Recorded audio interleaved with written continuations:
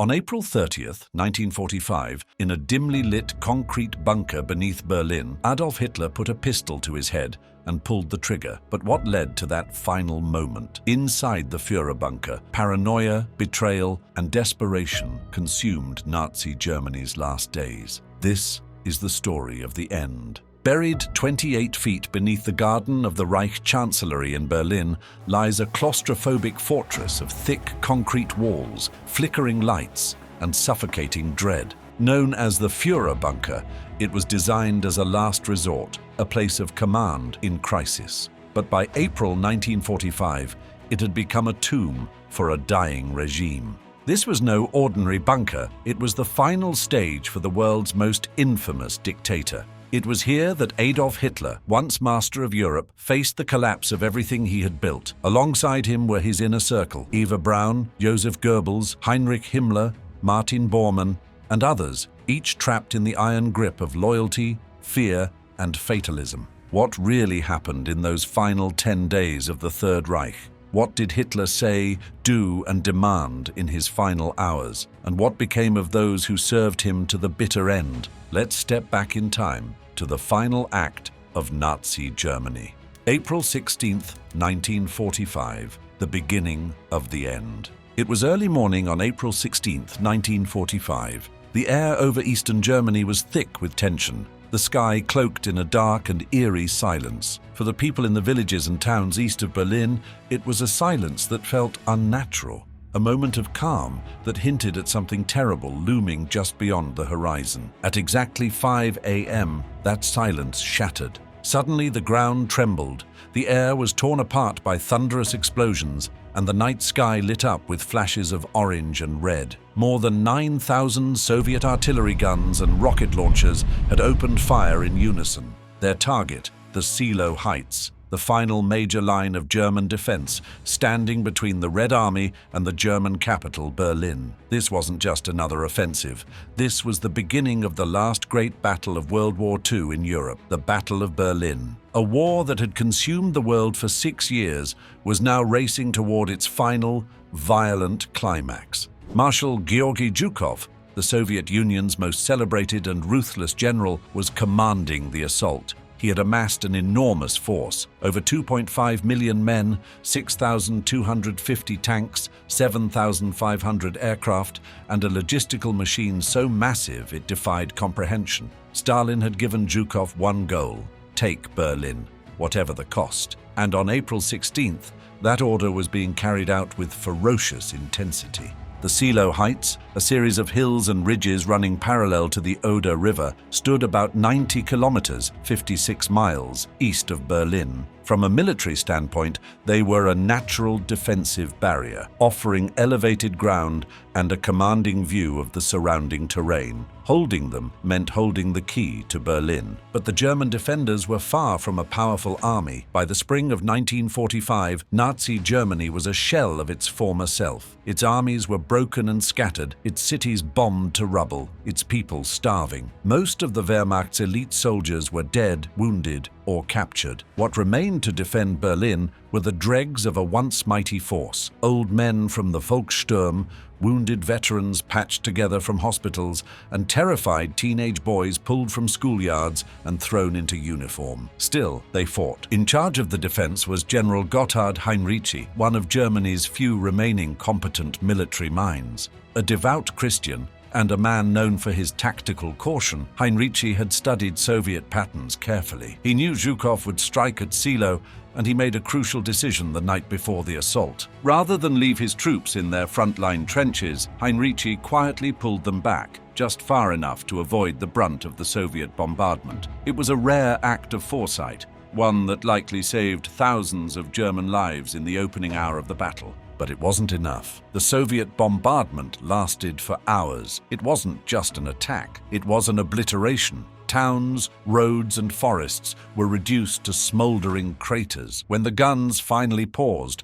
Soviet soldiers surged across the Oder River, determined to push through the German lines. What they found was a nightmare: flooded fields, mud-soaked ditches, barbed wire, hidden bunkers, and relentless machine gun fire from dug-in German positions. Zhukov had expected a quick breakthrough, He didn't get one. Instead, the Red Army was thrown into chaos. Thousands of Soviet troops were cut down in the open fields. Tanks got stuck in the marshy ground. German artillery pounded the advancing troops. It was a bloodbath. By the end of the first day, the Soviets had only advanced a few kilometers at the cost of tens of thousands of lives. But Zhukov had something the Germans no longer possessed. Numbers, endless numbers. Wave after wave of Soviet troops kept coming, backed by tanks, self-propelled guns, and relentless air support. Every inch of ground was paid for with blood, but progress was steady. By nightfall on April 16th, cracks were forming in the German line.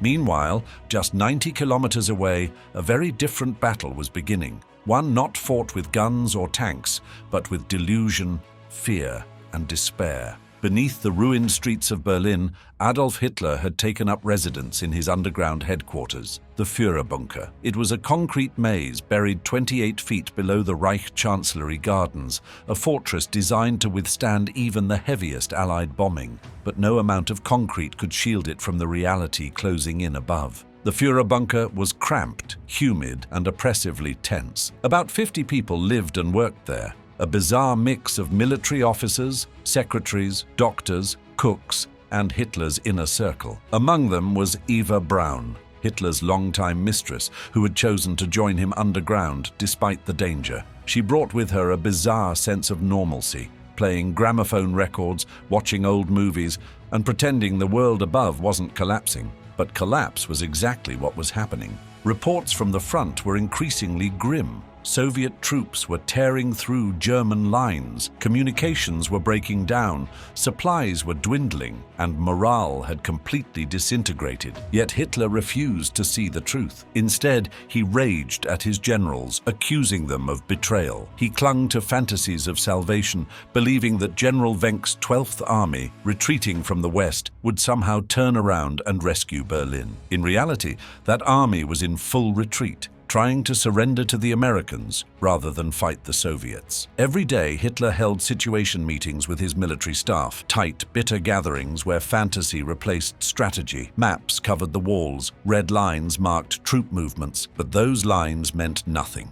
They no longer represented reality. Inside the bunker, routine became a strange form of comfort. Secretaries typed dictations. Meals were served at regular times. Even as shells began to fall on Berlin itself, the occupants of the Führerbunker tried to maintain some sense of order. But fear was growing, and not just fear of the Soviets. Many of Hitler's closest followers feared him. He was no longer the confident, commanding figure of the 1930s. Now he was a broken man, hunched, trembling, his hand often shaking uncontrollably. His speeches were rambling, his decisions erratic. Some days he was furious, other days eerily calm. But one thing never changed: his refusal to surrender. Outside, Berlin was beginning to die. Soviet artillery had begun hitting the suburbs. Fires were spreading. Civilians, mostly women, children, and the elderly, huddled in basements, praying for the nightmare to end. The city's once grand buildings, monuments to the Nazi regime, were now crumbling. Rubble blocked the streets. Smoke darkened the skies, and the distant roar of Soviet guns grew louder with each passing hour. By the end of April 16th, it was clear to anyone paying attention: the road to Berlin had been breached. Soviet troops had broken through the Silo Heights in several key places. German resistance was still fierce, but it was now a delaying action, not a defense. The fall of Berlin was no longer a question of if, only when. In the Führerbunker, the mood darkened. Hitler was furious that the Soviets had made progress. He lashed out, demanding counterattacks from units that no longer existed. He ordered non-existent divisions to save the day. His staff could only nod and carry out his orders, or pretend to. Joseph Goebbels, the Minister of Propaganda, was still trying to sell the illusion of control to the outside world. His radio broadcasts spoke of final victory and heroic resistance, even as Berlin itself began to burn. Goebbels had moved his entire family into the bunker, including his wife Magda and their 6 young children. Like Eva Braun, they had no intention of leaving. But perhaps the strangest thing about the Führerbunker in those early days of the battle was how normal it all seemed on the surface. Despite the apocalyptic reality outside, people still dressed in uniform still followed schedules. Music was played on the gramophone. Reports were typed, meals were eaten, conversations were had. Not just about war, but about books, memories, old friendships. It was as if the people inside were trying to freeze time, to delay the inevitable just a little longer. But beneath the surface, madness was creeping in. Every day brought new reports of disaster, cities falling, armies surrendering, allies abandoning their posts. Hitler began speaking openly of suicide. Eva Braun never tried to stop him. She was prepared to die with him. Others were less certain. Some staff members began quietly planning their escape, hoping to flee Berlin before it was completely surrounded. Above them, Berlin was beginning to look like the surface of the moon. Entire neighborhoods were flattened. Hospitals overflowed with the wounded. Food was scarce. And with every explosion, every Soviet advance, the circle around the capital grew tighter. April 16th, 1945, marked the beginning of the end, not just for Berlin, but for the Third Reich. It was a day that saw the largest artillery bombardment in history, a day that saw thousands die before dawn, a day that turned a once proud capital into a war zone, and a day that forced even the most fanatical followers of Hitler to confront a chilling reality. The war was lost. The dream of a 1,000-year Reich had lasted only 12, and for those hiding in the Führerbunker, there would be no escape. Only the long, slow march toward final defeat. A birthday with no future. As night fell on April 20th, 1945, Adolf Hitler spent his final birthday deep underground in the Führerbunker, beneath the ruins of Berlin. The once powerful leader who dreamed of a 1,000-year Reich was now a broken figure, surrounded by a collapsing world and the last remnants of his loyal followers. The city above was in chaos. Soviet artillery pounded the streets, buildings crumbled, and the sky glowed red with fire. Inside the bunker, the atmosphere was dark, tense, and heavy with the certainty of defeat. Hitler's health and mind were deteriorating rapidly. The man who had once held millions in his grip now sat hunched over outdated maps, trembling and delusional. He spoke of divisions that no longer existed and gave orders that no one could carry out. His voice, once powerful and commanding, had become weak and cracked. Yet he still clung to fantasies of last-minute victories and salvation, even as everything around him collapsed. Within the bunker,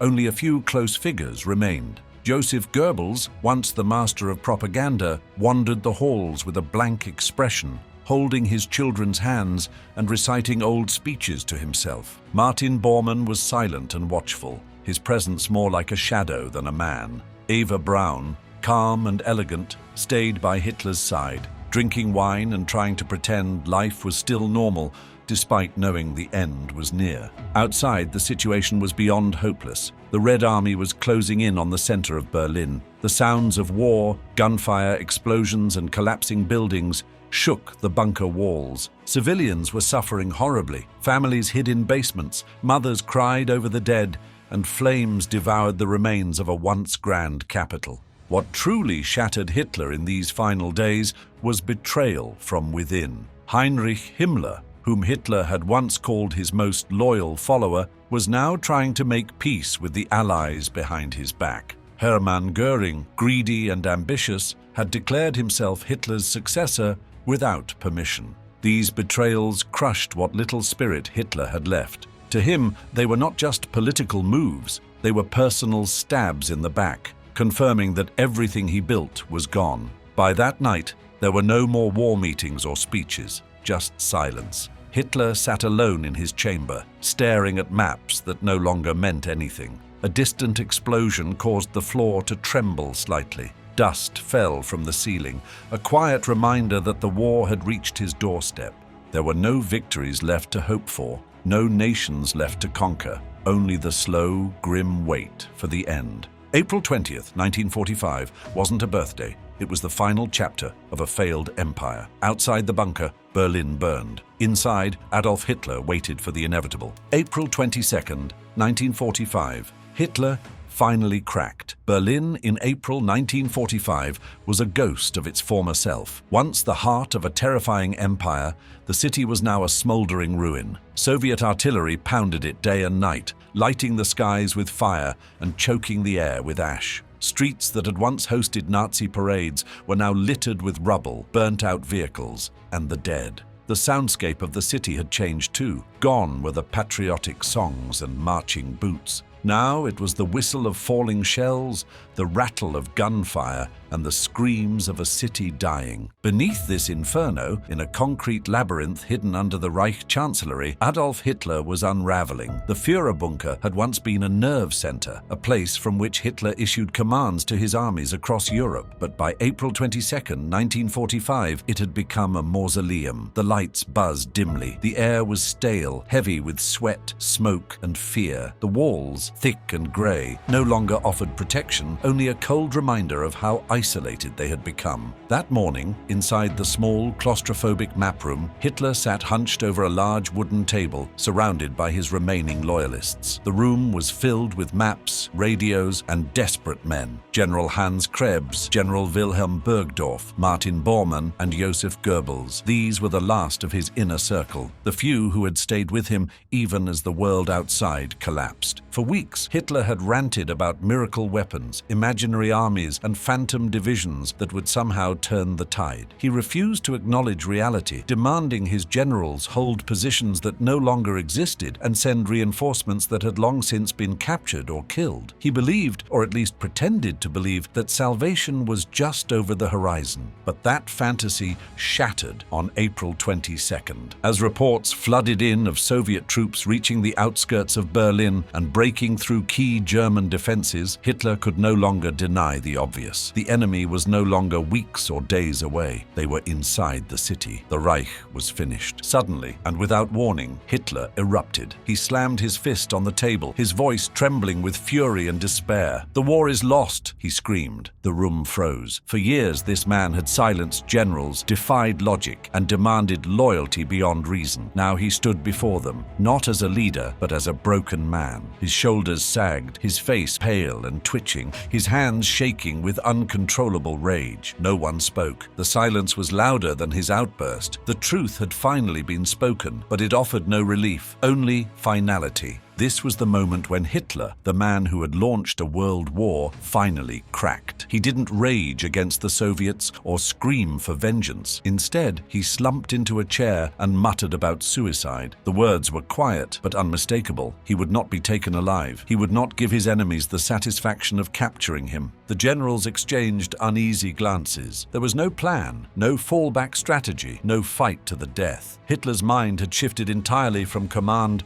to death, and with that, the entire facade collapsed. The fantasy of a final German victory, already thin, evaporated completely. Even the ever-loyal Joseph Goebbels, the master of Nazi propaganda, seemed shaken. He had spent the past decade spinning defeat into triumph and turning lies into national doctrine. But now even Goebbels could not sell the idea of hope. His speeches had grown hollow, his proclamations desperate. Berliners had stopped listening. Survival had replaced patriotism. Yet amid the despair, one person remained strangely calm: Eva Braun. Eva had lived most of her adult life in Hitler's shadow, rarely photographed, never quoted, and barely acknowledged by the Nazi regime. But in private, she had been Hitler's constant companion. Now, as the walls literally closed in, she refused to abandon him. Offered several chances to escape, she declined them all. Instead, she moved into the Führer's private quarters in the bunker. She redecorated it slightly, trying to bring some semblance of normalcy to the cold concrete room. She smiled, she smoked,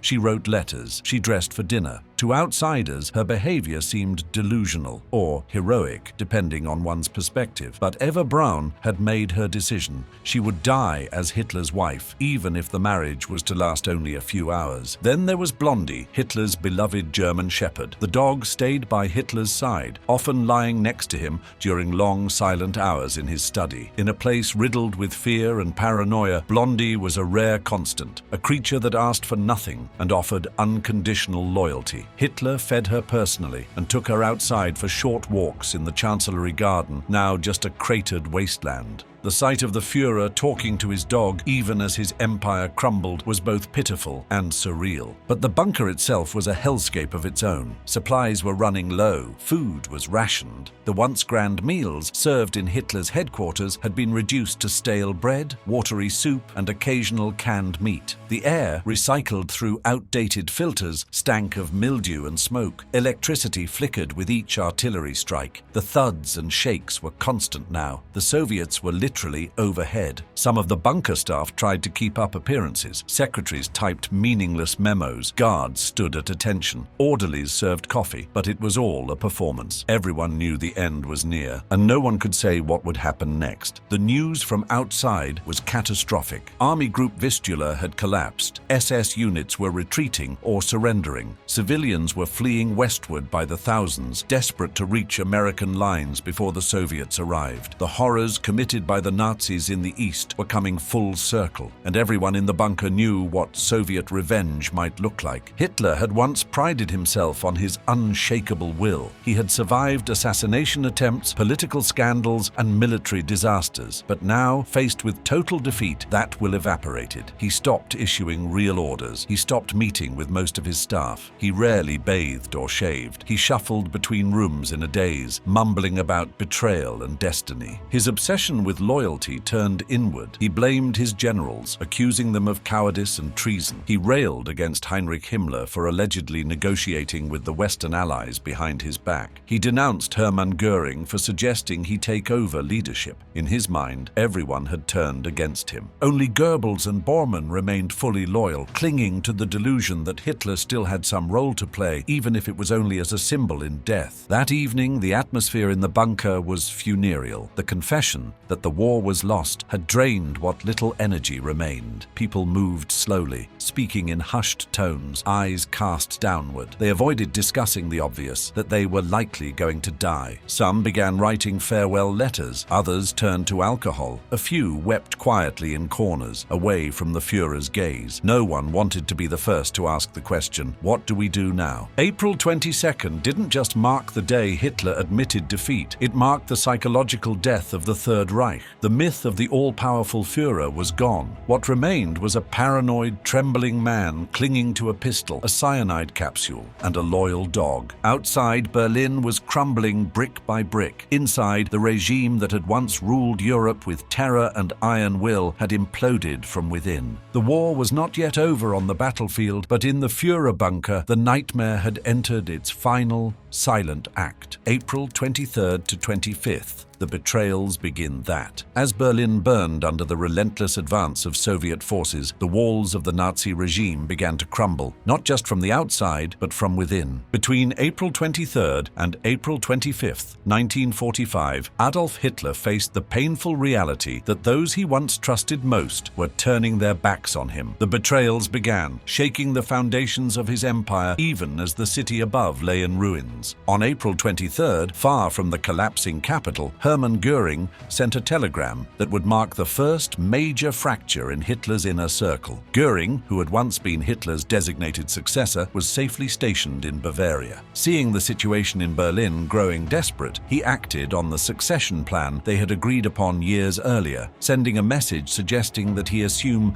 leadership of the Reich to keep the government functioning. But Hitler's reaction was immediate and furious. To him, Göring's telegram was not a logical step or a practical move. It was outright betrayal. From Hitler's perspective, Göring was trying to seize power while the Führer was still alive, abandoning the fight and leaving Berlin defenseless. Enraged, Hitler ordered Göring's arrest, stripping him of his titles and power. The Führer's anger was not just political, it was deeply personal. Göring, once a close confidant and friend, was now seen as a traitor who had deserted his post in the Reich's darkest hour. While Hitler dealt with Göring's betrayal, another, even more devastating betrayal was unfolding. Heinrich Himmler, head of the feared SS and one of Hitler's most trusted men, was quietly negotiating with the Allies. Unknown to Hitler, Himmler had begun trying to arrange surrender terms behind his back. This was a betrayal that cut even deeper. On April 28th, Hitler learned of Himmler's secret dealings. The shock was profound. Himmler had been loyal through much of the war, enforcing Hitler's brutal policies and commanding the SS's ruthless operations. Yet now, as the Third Reich collapsed, Himmler sought to save himself by cutting a deal with the enemy. Hitler's response was swift and harsh. He ordered Himmler's arrest,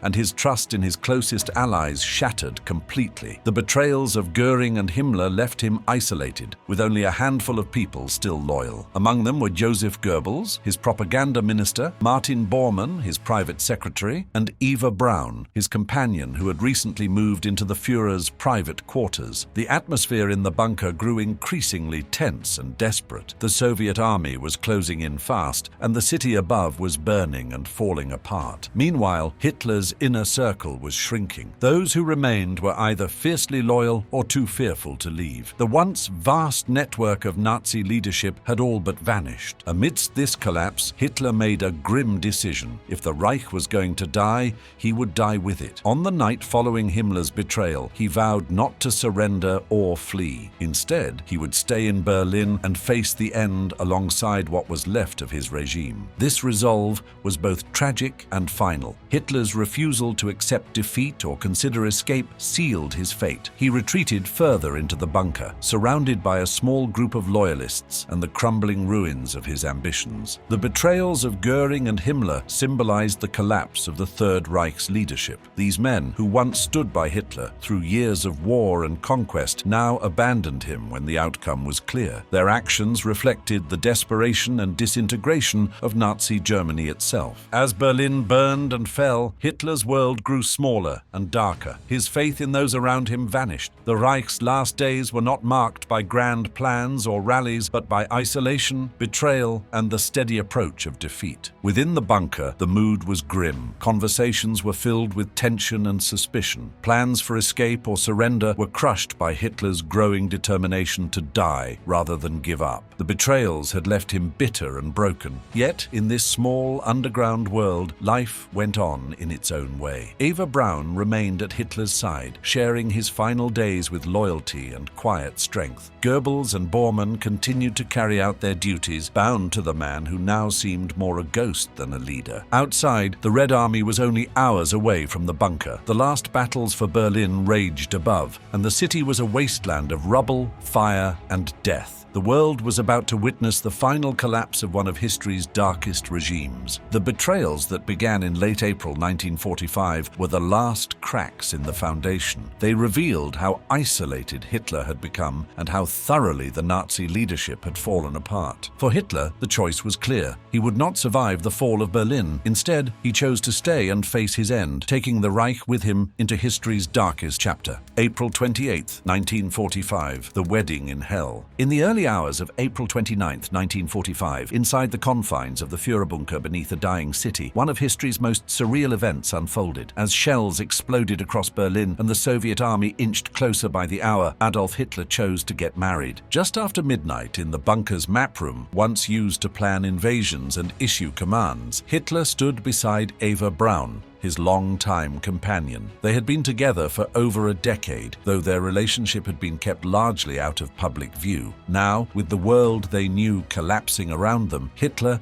made Eva his wife. It was a short, simple civil ceremony. A minor city official, summoned into the bunker for the occasion, presided over the marriage. The witnesses were two of the few remaining members of Hitler's inner circle: Joseph Goebbels, the Nazi propaganda minister, and Martin Bormann, Hitler's private secretary and one of the few men still at his side. The exchange of vows lasted only a few minutes. Eva, dressed in a dark outfit, kept her composure. Hitler appeared tired and fragile, no longer the dominant figure he had once been. Still, he spoke the required words, fulfilling a decision made only hours earlier. After the ceremony, a modest celebration followed. Champagne was opened, a few toasts were made. There were no grand speeches or lengthy expressions of joy, only quiet acknowledgements. The mood, though polite on the surface, carried the weight of what was to come. Those in attendance knew that this was not a celebration of a future, but a gesture of finality. The wedding marked more than a personal union. It was Hitler's symbolic act of closure. For a man obsessed with control, marrying Eva Braun in the final hours of his life was one of the last choices he could still make. She had remained loyal through everything, refusing to leave Berlin even as others fled or betrayed him. In return,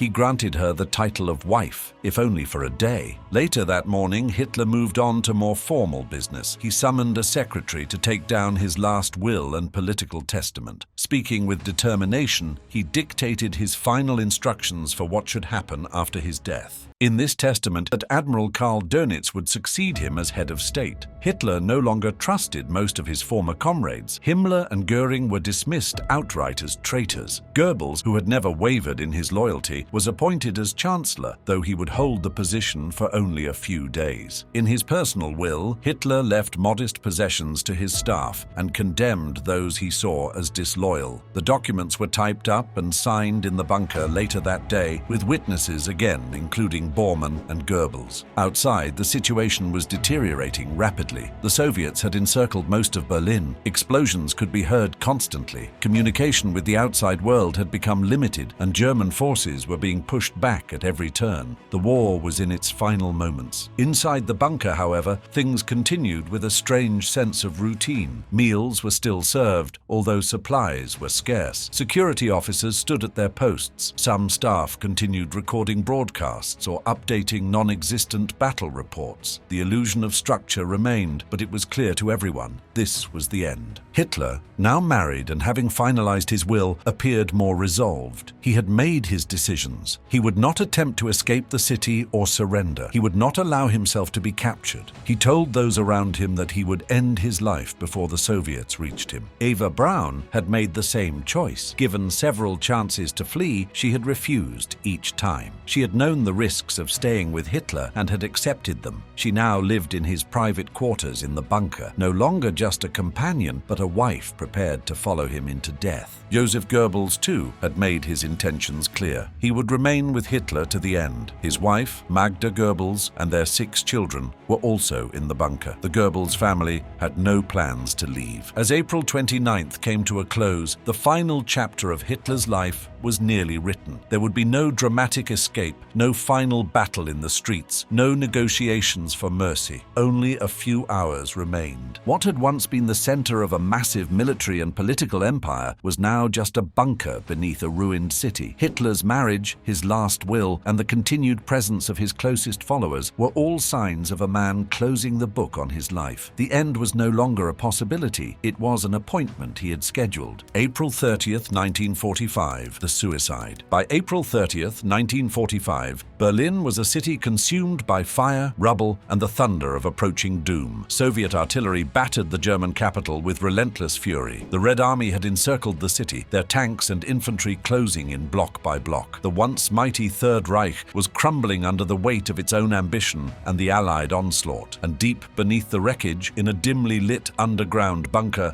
Adolf Hitler prepared to end his life. The Führerbunker, located beneath the Reich Chancellery, had become Hitler's final command center. A concrete labyrinth of corridors and small rooms, it was cold, claustrophobic, and filled with the hopeless faces of the remaining Nazi leadership. For weeks, Hitler had remained hidden away, increasingly detached from reality, issuing nonsensical orders to non-existent divisions. But by April 30th, he had made up his mind. The end was here, and he would not be taken alive. The day before, on April 29th, Hitler had married his longtime companion, Eva Braun, in a small civil ceremony inside the bunker. The event, though surreal under the circumstances, was one of the last acts of ritual formality in the Führer's life. That same night, he dictated his political testament and personal will to his secretary, Traudl Junge. In these documents, Hitler named Admiral Karl Dönitz as his successor and accused the Jews of orchestrating the war, a final repetition of the hateful ideology that had defined his rule. But these were mere formalities. The Reich was finished. The bunker had become a tomb in waiting. By the early morning of April 30th, Hitler's demeanor had changed. Gone was the agitated, delusional leader who had raged against betrayal and fantasy troop movements. He was now calm, eerily so. His mind was made up. The war was lost, and he would die on his own terms. He met with close aides, issued final instructions, and quietly prepared for suicide. He told his valet, Heinz Linger, and his SS adjutant, Otto Günscher, exactly what to do with his body. He was obsessed with not falling into Soviet hands. He feared becoming a trophy, his corpse displayed like Mussolini's, who had been killed and publicly hung just days earlier. Under no circumstances, he said, should his body be captured or identified. It must be burned completely. That morning, he summoned his remaining generals, including Wilhelm Burgdorf and Hans Krebs. They had been trying, in vain, to negotiate a partial surrender to the Soviets, efforts that were ultimately ignored by the Red Army. Hitler thanked them for their service. His tone was flat, detached, almost businesslike. Everyone in the bunker understood what was coming. Lunch was held at his usual time. It was a quiet, awkward affair. Hitler dined with Eva Braun and a few trusted aides. The meal was simple: some pasta, a few side dishes. There was little conversation. Those present later described an atmosphere of unnatural stillness, like the air before a storm. Shortly after lunch, around 2 p.m., Hitler began saying his final goodbyes. He distributed a few personal items, his gold party badge, some keepsakes, to staff members. To his secretaries, including Traudl Junge and Gerda Christian, he expressed gratitude. "Thank you for your loyalty," he told them. Eva Braun, calm and composed, gave away some of her belongings as well: lipstick, perfumes, small trinkets. He then spoke with Linger and Günscher once more, reiterating the procedure for his death. The two men were to wait 10 minutes after hearing the gunshot, then enter the room and carry the bodies upstairs. The corpses were to be placed in a shell crater in the garden, soaked in gasoline and set on fire. By 3:30 p.m., Hitler and Eva Braun retreated into his private room. Eva, wearing a dark blue dress, carried a vial of cyanide. Hitler had both cyanide and his personal 7.65mm Walther pistol. Days earlier, he had tested the poison on his beloved dog, Blondie, to ensure its effectiveness. The animal's death had affected him deeply, perhaps more than anything else in those final days. The couple locked the door behind them. Outside, the hallway filled with a tense silence. No one spoke. The bunker, already quiet, now felt deathly still. Linger and Günscher stood nearby, waiting, dreading the inevitable. Then, at approximately 3:45 p.m., the sound came. A single gunshot, sharp, unmistakable, echoed through the corridor. Linger and Günscher waited a few more moments before entering. Inside, the scene was grim but expected. Adolf Hitler sat slumped on the small couch. He had shot himself in the right temple. Blood dripped from the wound, staining the armrest. Eva Braun lay beside him, her face peaceful, the cyanide capsule having done its work. Both were dead. There was no time for mourning. Berlin was under siege, and the Soviets were only a few blocks away. Günscher, Linger, and several others quickly wrapped the bodies in blankets and prepared to carry them upstairs. Outside, shells continued to fall, rattling the bunker walls. The group moved quickly but solemnly. Linger, Günscher, Martin Bormann, and Joseph Goebbels were among those present. They emerged into the ruins of the Reich Chancellery Garden, a place now cratered by artillery and blanketed in smoke. Amidst the devastation, they placed the bodies in a shell hole near the emergency exit. Gasoline, what little remained, was poured over the corpses. The men lit the fire. Flames consumed the bodies, just as Hitler had demanded. There was no ceremony, no salute, no final speech, only fire, smoke, and the thunder of distant guns. The burning took hours. The group added more fuel as needed, though resources were scarce. When the bombardment intensified, they retreated back into the safety of the bunker. What was left of Hitler and Eva Braun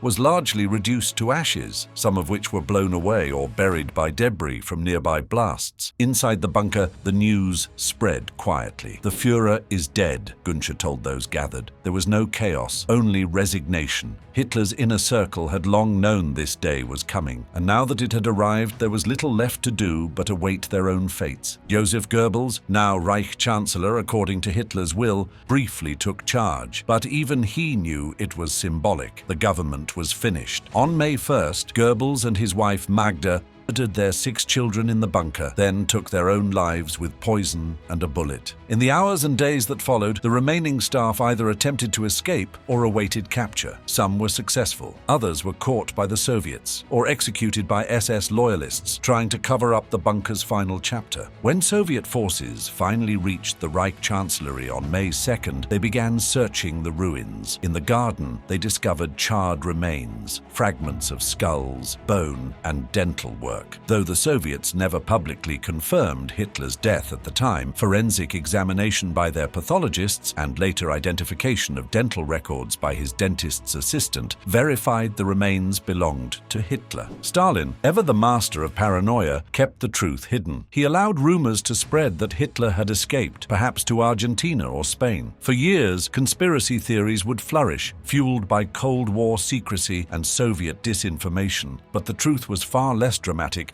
and infinitely more tragic. Adolf Hitler died by suicide in an underground bunker beneath a collapsing capital. His death was the final punctuation to a regime built on hate, war, and deception. He had dreamed of a 1,000-year Reich. It lasted just 12. Under his rule, tens of millions had died, soldiers, civilians, and victims of genocide. He had brought Germany to total ruin, and in the end, he chose to evade justice, ending his own life rather than face the world he had shattered. The war in Europe officially ended on May 8, 1945, with Germany's unconditional surrender. But the real end came on April 30th in that sealed-off room beneath Berlin. It was not a battlefield. It was not a courtroom. It was a bunker, and the man who had once commanded armies, inspired mass rallies, and dictated the fate of nations died not as a hero or martyr, but as a fugitive from history, alone with his failures. Now let's talk in detail about the important events that happened in May inside the Führerbunker. May 1st to 2nd, 1945, the collapse. With Adolf Hitler dead, the Nazi regime had no true leader. Joseph Goebbels, now appointed chancellor by Hitler's final will, briefly took control, but he had no intention of continuing the fight or escaping. He and his wife Magda had already made up their minds. They would die as loyal followers of Hitler, and they would not leave their children behind. On May 1st, 1945, the Goebbels family made their final preparations. In the bunker, Magda dressed her 6 children, ranging in age from 4 to 12, in their best clothes. The children were unaware of what was coming.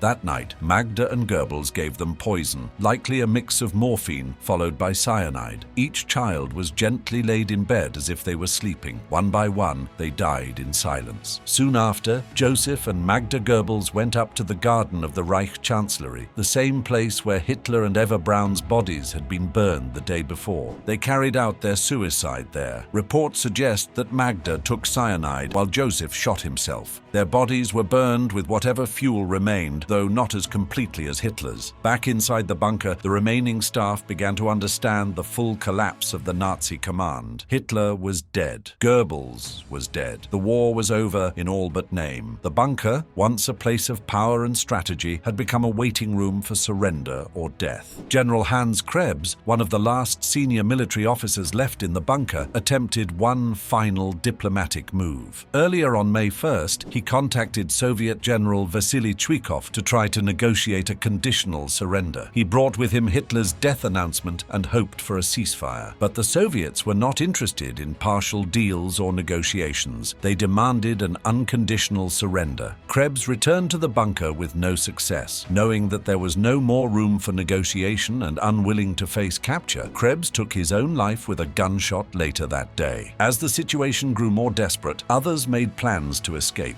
A few groups of staff members, officers, and guards began fleeing the bunker, either through underground tunnels or by trying to slip through Soviet lines in disguise. Some succeeded, others were captured or killed. Martin Bormann, Hitler's private secretary and a powerful figure within the Nazi Party, also attempted to flee. On the night of May 1st, into the early morning of May 2nd, he joined a breakout group aiming to cross the Spree River and reach Western-held territory. He vanished during the attempt. For decades, his fate remained a mystery. Some believed he escaped, while others assumed he died during the escape. In 1972, his remains were finally found near the Lehrter railway station in Berlin, confirming his death on May 2nd, 1945. By the morning of May 2nd, Soviet forces had pushed fully into the center of Berlin. They stormed the Reich Chancellery and seized full control of the area. Soldiers soldiers made their way into the ruins of the bunker where they encountered the last survivors. Most of them surrendered without resistance. Among those taken into custody were Hitler's remaining staff, including secretaries, cooks, and guards. They were interrogated by Soviet officers who were eager to confirm Hitler's death and locate his remains. Despite their efforts, the exact details remained murky for a time, contributing to decades of speculation and conspiracy theories about Hitler's fate. The Soviets raised the red flag over the Reichstag, a powerful symbol of Nazi Germany's defeat. Across the city, the fighting came to an end. Berlin had fallen. Though the official surrender of Germany would come a few days later, on May 8th, the collapse of Berlin and the deaths of Hitler and Goebbels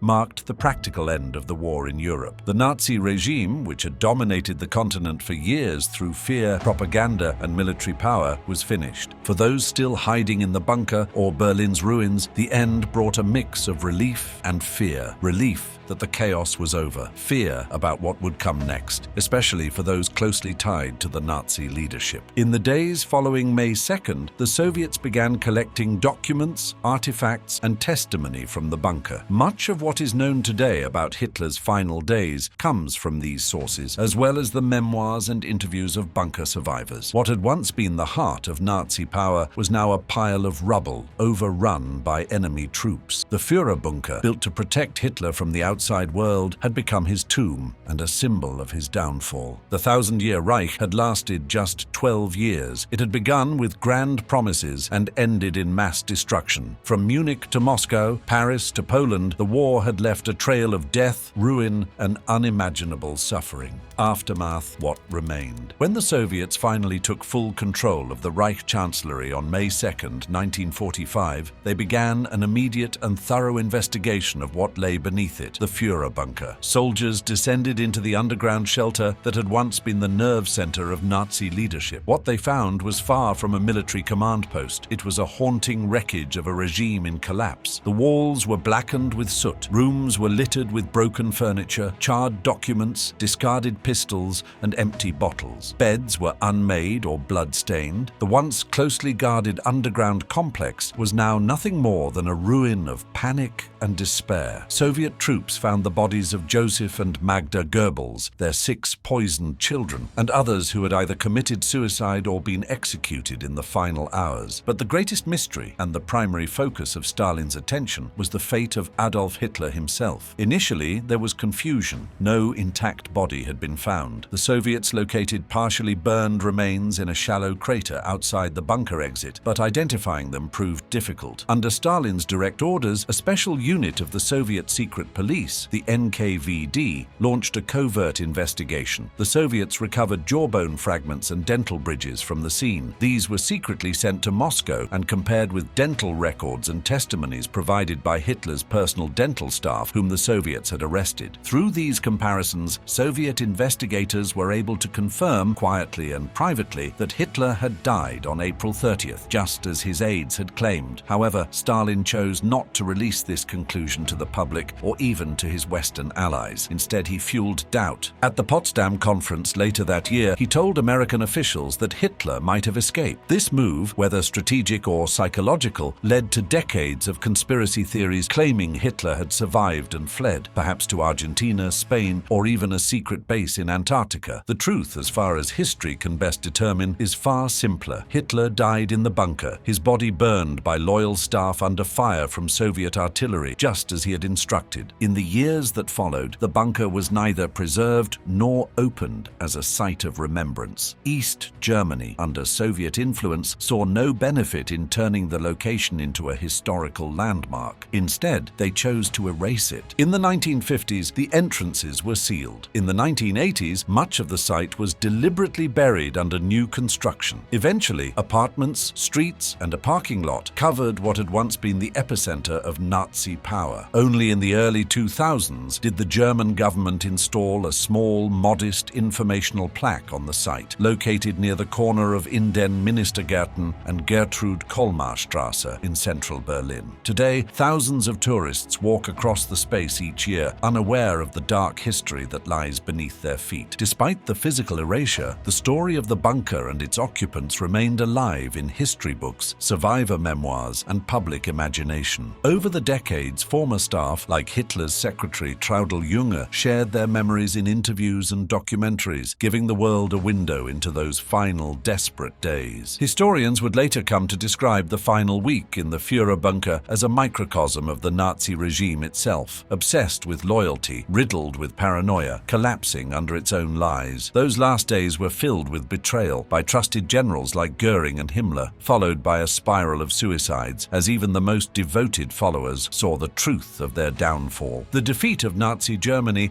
marked the end of one of the darkest chapters in modern history. But while the war ended, its consequences did not. Trials would follow, most notably the Nuremberg trials, where top surviving Nazi officials were held accountable for war crimes and crimes against humanity. Cities would rebuild, families would mourn, nations would wrestle with the memory of what had happened and how. Yet, within the ruins of Berlin, the Führerbunker remained an enduring symbol, not of power, but of finality. It stood for the end of a regime built on violence, propaganda, and racial hatred. For all the control the Nazis claimed to have, their final days revealed only chaos, disillusionment, and death. In the end, Hitler's so-called thousand-year Reich lasted only 12 years. It began with a beer hall in Munich and ended in a sealed bunker under Berlin. Promises of greatness had led to genocide and world war. Millions were dead. Germany lay divided, scarred by both destruction and guilt. Inside the Führerbunker, a recall to the final days of the Third Reich. Despite the destruction unfolding above them, a strange kind of order was maintained inside the Führerbunker. The walls, painted in pale green, were lined with bare bulbs that cast a cold, sterile glow. The air was thick, humid, heavy, and laced with cigarette smoke and the faint stench of mildew. Yet, meals were served on schedule. Adolf Hitler, by then visibly frail and trembling from what some historians suggest was Parkinson's disease, maintained his strictly vegetarian diet. His personal cook, Constanze Manciali, worked with what little remained, often using canned vegetables and dry crackers to prepare meals. Hitler's favorite dish, mashed potatoes with vegetable gravy, was served even as Soviet shells shattered the buildings above. Eva Braun, Hitler's longtime companion, tried to cling to normalcy. She wore her finest dresses, applied makeup daily, and organized film screenings in the lower levels of the bunker. She watched old romantic comedies on a projector, as though trying to escape not just the war, but reality itself. Visitors to the bunker, like Luftwaffe Chief Hermann Göring or SS leader Heinrich Himmler, became less frequent as the Third Reich fractured. Many sensed that the end was near and began distancing themselves. Traudl Junge, one of Hitler's secretaries, would later recall that everything was very orderly, almost routine, but that routine hid an overwhelming sense of dread. People whispered. Radios hummed with grim news. The war was lost, and everyone knew it, but no one dared say it out loud. Each night, Hitler would hold briefings in the map room. Surrounded by his shrinking circle of loyalists, he pored over maps, barking orders to imaginary divisions. He moved phantom armies that no longer existed, issuing commands to generals who had either fled, been captured, or were dead. Albert Speer, Hitler's armaments minister and one of the few insiders who dared to challenge him, described these sessions as surreal. He was living in a fantasy, Speer wrote, a world where the Wehrmacht would still launch a counter-offensive, where betrayal, not strategic failure, explained Germany's collapse. In these moments, Hitler wasn't just clinging to power, he was clinging to a myth, the myth of German invincibility, the myth of his own genius, the myth that history would vindicate him. All around him, Berlin was dying. Outside the bunker walls, Soviet artillery thundered closer with each passing day. The Red Army had encircled the city. Buildings collapsed, streets turned to rubble, and the once proud Reich capital had become a battleground. The air quaked with explosions. Sometimes the ceilings in the bunker visibly trembled, yet inside they served tea. By late April, the bunker had taken on the atmosphere of a crypt. Those who remained were either too loyal, too afraid, or too entangled to leave. Martin Bormann, Hitler's shadowy secretary, managed communications and guarded access to Hitler. Joseph Goebbels, the fanatical propaganda minister, brought his wife Magda and their 6 young children into the bunker. The idea of surrender was unthinkable. On April 22nd, 1945, Hitler finally admitted aloud what he had long resisted. The war is lost. He slumped in his chair and muttered about suicide. Those around him froze. Some tried to rally him with talk of negotiations. Others looked for a way out, physically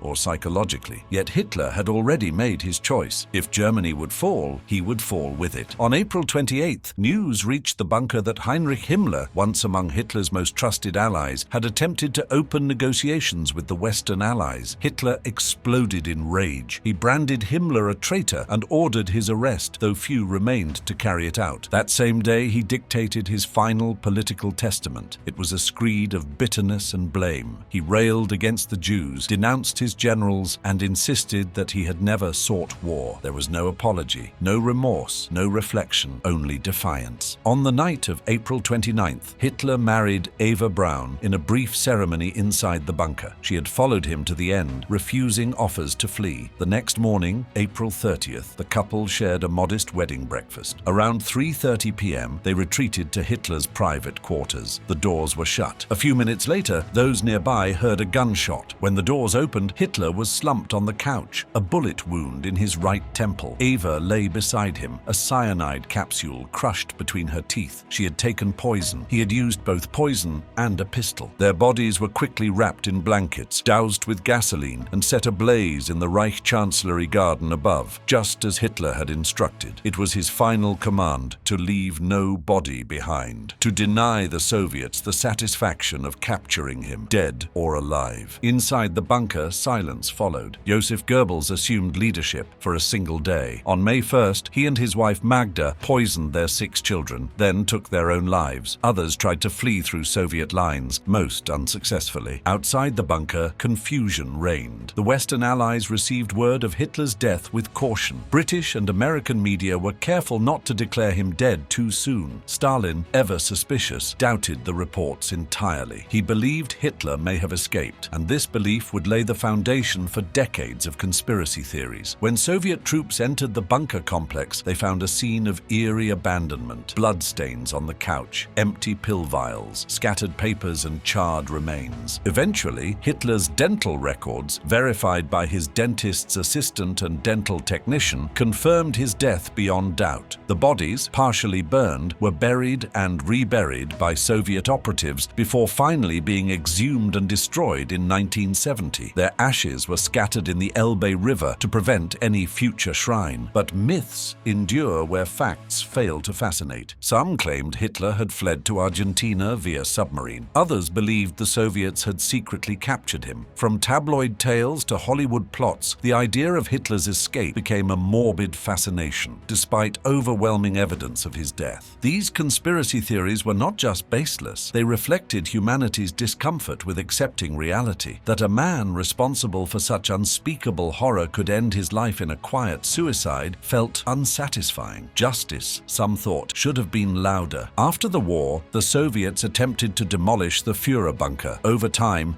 the area was leveled, buried, and covered over by East German authorities. They feared it would become a neo-Nazi pilgrimage site, and so it was erased from sight. Today, it lies beneath a nondescript parking lot in the middle of Berlin, just a few steps from a row of modern apartment buildings. Tourists often pass by without noticing. Only a small plaque marks the spot. It offers no tribute, no glorification, just context. The absence is deliberate, the message clear. This is not a place to remember with pride, but a place to understand, to confront what happened, to never forget what can happen when ideology, hate, and unchecked power converge. Inside the Führerbunker, the end of the Third Reich played out not with a climactic battle, but with whispers, desperation, and self-delusion. It was not just the collapse of a government, it was the death of a myth. The myth of the 1,000-year Reich, the myth of racial supremacy, the myth of the infallible leader. The final days in the Führerbunker serve as a chilling reminder of how far human beings can go to sustain illusion, and how power, once unchecked, tends to die in darkness, surrounded not by glory but by ruin. And in that darkness, we find a warning etched in concrete and silence. Tyranny ends not with triumph, but with ashes, echoes, and empty corridors underground, the end of a nightmare. The Führerbunker was never meant to be a stage, yet it became the final scene of a regime built on hatred, fear, and destruction. In those last days, the myths of Nazi invincibility unraveled. Loyalty dissolved into suicide and betrayal. Power rotted into paranoia. And in a dim room beneath a ruined city, the man who once ruled with absolute power chose death over accountability. This was not just the end of Adolf Hitler. It was the collapse of an ideology